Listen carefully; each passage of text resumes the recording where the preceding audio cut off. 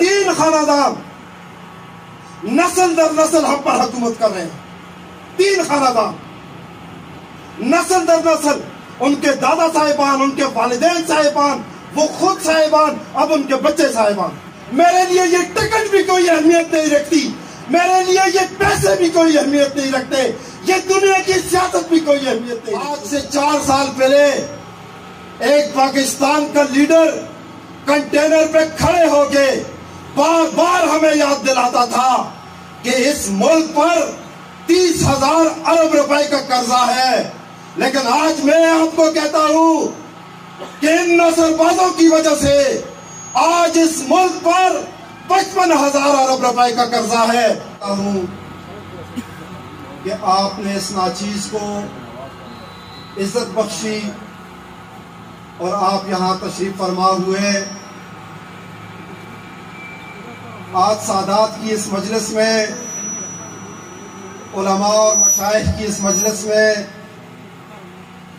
کھڑے ہو کر یہ محسوس کر رہا ہوں کہ وہ ایک کہاوت سنی تھی کہ گدھاؤں کے گھر پہ بھی بادشاہ تشریف فرما ہوتے ہیں. تو آج اس گدھا کے گھر پہ آپ سب بادشاہ تشریف فرما ہیں. میں اللہ کا بھی شکر ادا کرتا ہوں اور آپ سب کا بھی تہ دل سے شکریہ ادا کرتا ہوں. جیسا کہ آپ جانتے ہیں کہ ہمارا یہ ملک 1947 میں 2 قومی نظریے کی بنیاد پہ حاصل کیا گیا،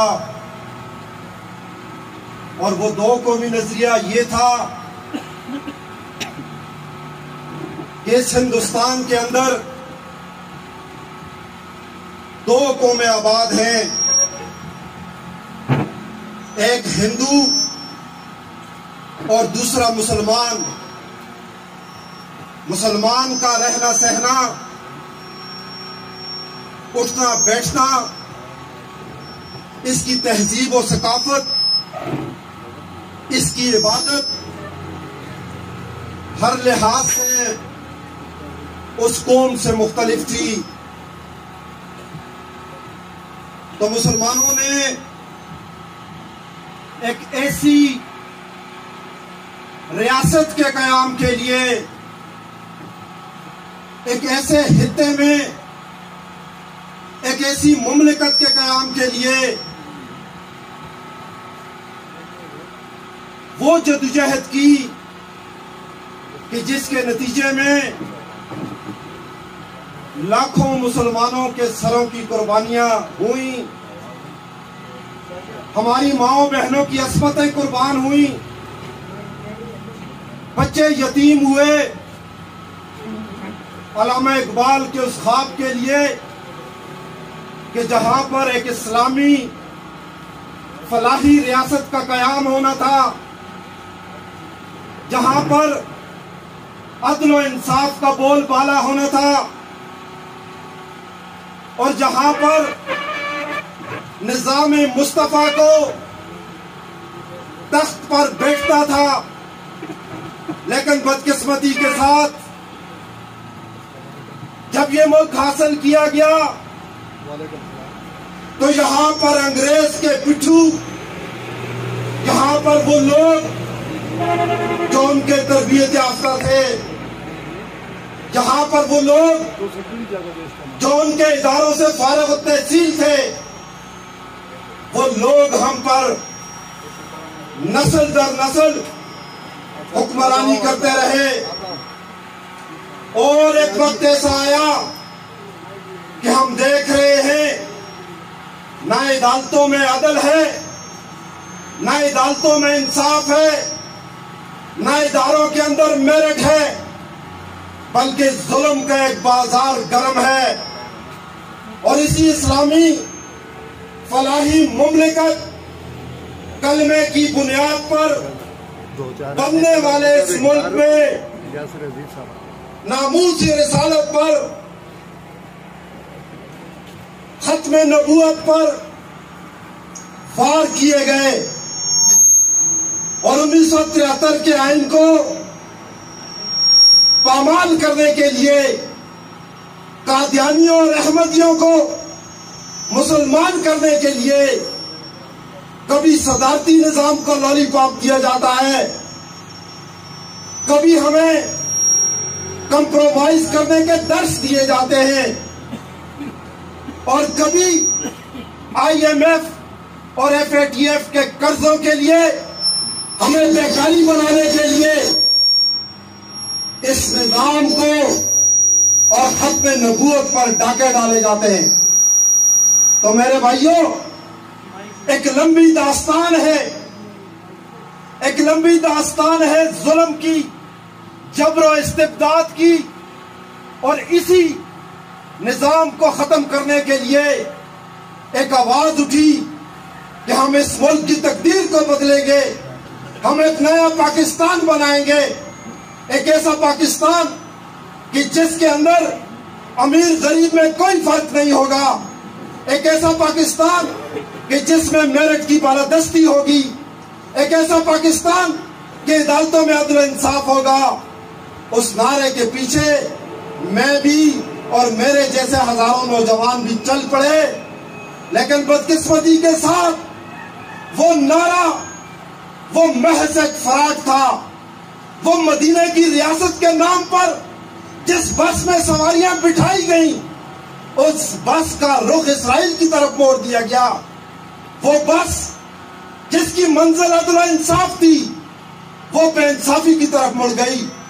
وہ بس کہ جس کی منزل بے روزگاری سے چھٹکارا تھا، وہ بس ہمیں بے روزگاری کی دلدل میں لے کے چلی گئی۔ تو میرے بھائیوں، ہم نے دیکھ لیا کہ آتے آتے وہ دن آ گیا کہ ہماری معیشت کو گروی رکھ لیا، ہماری موٹر وے کو گروی رکھ لیا، ہمارے PIA کو گروی رکھ لیا۔ آج سے 4 سال پہلے ایک پاکستان کا لیڈر کنٹینر پہ کھڑے ہو کے بار بار ہمیں یاد دلاتا تھا کہ اس ملک پر 30,000 ارب روپے کا قرضہ ہے، لیکن آج میں آپ کو کہتا ہوں کہ ان نوسربازوں کی وجہ سے آج اس ملک پر 55,000 ارب روپے کا قرضہ ہے۔ آج سے 3 سال پہلے ہمارا ایک بچہ 1.5 لاکھ روپے کا مقروض تھا، آج 3 سال بعد ہمارا ایک بچہ 3 لاکھ روپے کا مقروض ہے۔ تو میرے بھائیوں، اس ملک کے اندر خدا اور اس کے رسول سے نعوذ باللہ ہمارے حکمران جنگ کر رہے ہیں۔ ہماری تمام معیشت کا دار و مدار سود کے نظام پر ہے، اور سود اللہ اور اس کے نبی کے خلاف کھلم کھلا جنگ ہے۔ میں آپ سے ایک سوال کرتا ہوں، کیا یہ سود کے نظام پر قائم معیشت اس ملک کے اندر ہمارے معاشی استحکام کا سبب بنے گی یا معاشی زوال کا سبب بنے گی؟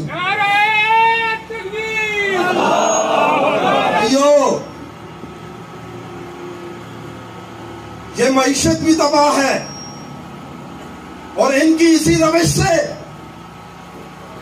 یہ ملک بھی تباہی کے دہانے پہ پہنچ چکا ہے۔ علماء کرام بیٹھے ہوئے ہیں، بات کو طویل نہیں کروں گا۔ میں بھی اپنی مختصر داستان آپ کے سامنے رکھوں۔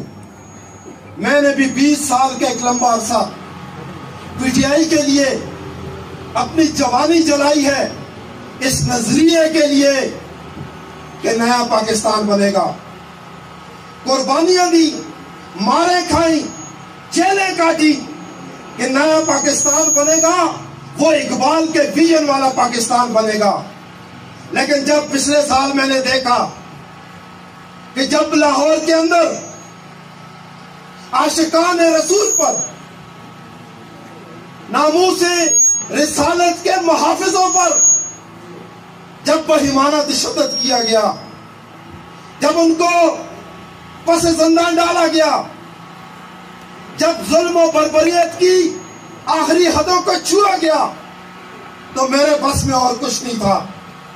میں نے اس پارٹی سے استعفیٰ دیا، میں نے ریزائن کر لیا، اور اللہ شاہد ہے میں اس کے بعد بالکل ایک کنارے پہ خاموش ہو کے بیٹھ گیا،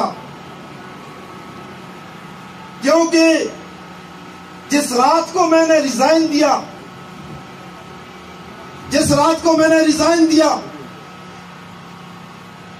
میں یہ بات نہیں کرنا چاہتا تھا، لیکن مولانا صاحب مشائخ بیٹھے ہوئے میں کر دیتا ہوں اس بات کو۔ میں بہت خفا تھا، ایک طرف 20-22 سال کی قربانی اور وابستگیاں، اور دوسری طرف ناموس رسالت کا مسئلہ۔ استعفیٰ دے دیا، پریشانی کے عالم میں رات کو سویا، میں خواب دیکھ رہا ہوں کہ ایک جلسہ ہے، اور اس سے پہلے ایسا جلسہ میں نے کبھی زندگی میں نہیں دیکھا۔ ایک نورانی مخلوق ہے، سروں پہ عمامے ہیں، داڑیاں ہیں، سفید لباس میں ملبوس ہے، اور کنٹینر لگے ہوئے ہیں، لیکن یہ جلسہ اتنا منظم ہے کہ ایک چمٹی بھی ادھر سے ادھر نہیں ہوگی۔ اب اس کنٹینر کی سیڑھی کے پاس میں پہنچتا ہوں، مجھے خیال آتا ہے کہ میں دیکھوں یہ جلسہ کس کا ہے، تو 2 سیکورٹی گارڈ وہ مجھے پکڑ کے سٹیج کے اوپر لے جاتے ہیں اور مجھے کہتے ہیں وہ دیکھو خادم رضوی صاحب بیٹھے ہوئے اور ان کے ساتھ حضور صلی اللہ علیہ وسلم بیٹھے ہوئے۔ بھائی کہتے ہیں ٹکٹ، بعض بھائی کہتے ہیں سیاست، خدا کی قسم جو میں نے منظر دیکھا۔ تو میرے بھائیوں، مختصراً بات، میرا جینا مرنا آج کے بعد لبیک کے ساتھ، میں آپ کا ہوں، میں مردہ بھی آپ کا ہوں، مجھے ٹکٹ دے میں پھر بھی آپ کا ہوں، مجھے ٹکٹ نہ دے میں پھر بھی آپ کا ہوں۔ انشاءاللہ ہمارے قائدین ہمارے جس ورکر کو آگے کریں گے، جمال علوی کی مال، دولت، جان، اولاد، خاندان سب اس پہ قربان۔ اور میں آپ کو ایک بات بتا دوں، یہ اگرور اور تناول کے بھائیوں کے لیے یہاں پر 3 خاندان نسل در نسل ہم پر حکومت کر رہے ہیں۔ 3 خاندان نسل در نسل، ان کے دادا صاحبان، ان کے والدین صاحبان، وہ خود صاحبان، اب ان کے بچے صاحبان۔ کیا ان کے علاوہ کی سیاست کے لیے کوئی اس اگرور تنول میں نہیں ہے کہ نہیں ہے؟ کیا کیا ان لوگوں نے ہمارے لیے؟ کچھ بھی نہیں کیا۔ اوکی جیسی بنیادی جگہ پر آج تک FSC کی کلاسز نہیں ہے، ڈگری کالج نہیں ہے، پورے تناول میں ڈگری کالج نہیں ہے، بچیوں کے لیے سکول نہیں ہے۔ ہماری ایک بچی کی اگر رات کو ڈیلیوری ہوتی ہے تو اپنا بادوں میں ٹکرے مارتے ہیں ہم لوگ۔ ہے ایسا کہ نہیں ہے ایسا؟